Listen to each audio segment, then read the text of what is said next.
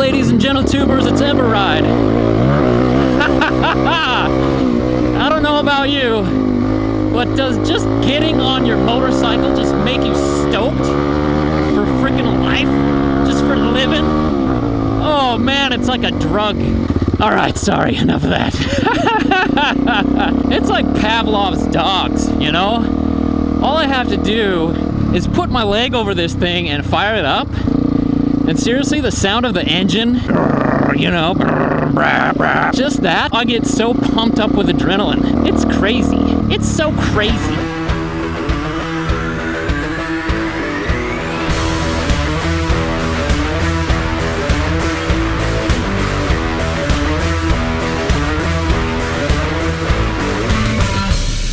Today, I'm on my way to an amazing trench canyon.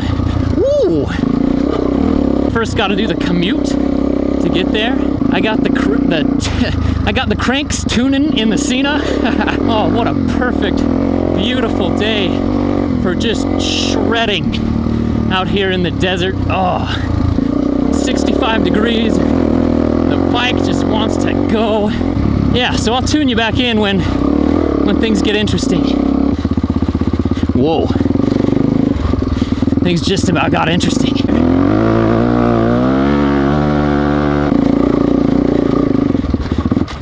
Oh. Yeah, that got interesting. I got a problem with that since I put the new sprocket on.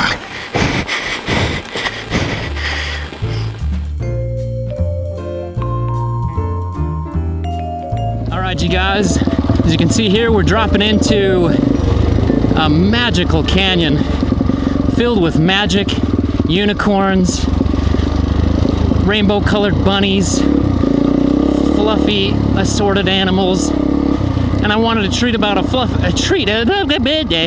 I wanted to talk about a fluffy assorted topic today, and that topic is sand. That's a fluffy topic, right? I wanted to talk about cutting people off, not on a motorcycle, but in life. Here's the analogy, okay? It's one of these psychological moto vlogs, supposed to be uplifting. When we ride motorcycles, we don't take the route with the most traffic. We don't take the route with, you know, drama and danger, and, you know, we don't take the boring route. We only take routes that are worth it, right? At least we try to. Sometimes we get stuck. But we try to have the most fun that we can with the situation we're dealt with, right?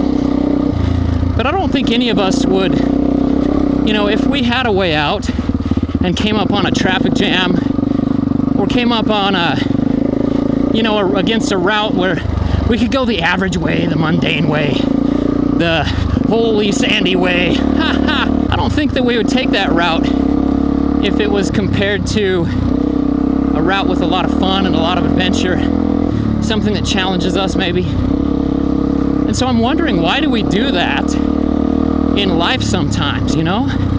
Why do we deal with people and situations that are no good for us? Why do we hang on? As you know from past moto vlogs, I like to talk about some of my personal experiences. And this is an experience that I had in therapy, and I won't charge you a dime for it.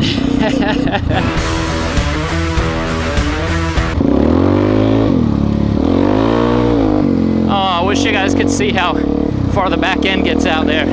Anyway, in my experiences with therapy, this one session I went in, and of course I was griping about people and just kind of, you know, complaining about stuff that you do with the therapist, you know? He said, man, well, why don't you cut it off? And I gave him all these sorry excuses for why I had to hang on to these people and these things and these problems that were causing me so much grief. And he said, man, are the things that you're getting out of this worth it? Are the things that you're getting out of these relationships or these addictions or whatever, are they worth it in the end? And I was like, man, I don't know. You know, I thought about it. It didn't take long. But, sheesh, I decided to cut it off. I decided to cut these things off. Cut these people in my life that were just harmful and malicious. Holy cow. Harmful and malicious. And you know what? Sometimes it's Sometimes it's a good thing to kind of prune our lives down, simplify things. Some of these things were financial things, some of them were my job. And I cut off some people who were benefiting my life in some ways, but at the same time who were abusive. People who were causing me stress. And I cut them off, man. And you know, I feel like right now in my life is a good time to pare things down a little bit, cut things off, to get rid of some of the stress and drama, and cut some people off who think it's totally okay to hurt me, and who think it's totally okay to be malicious.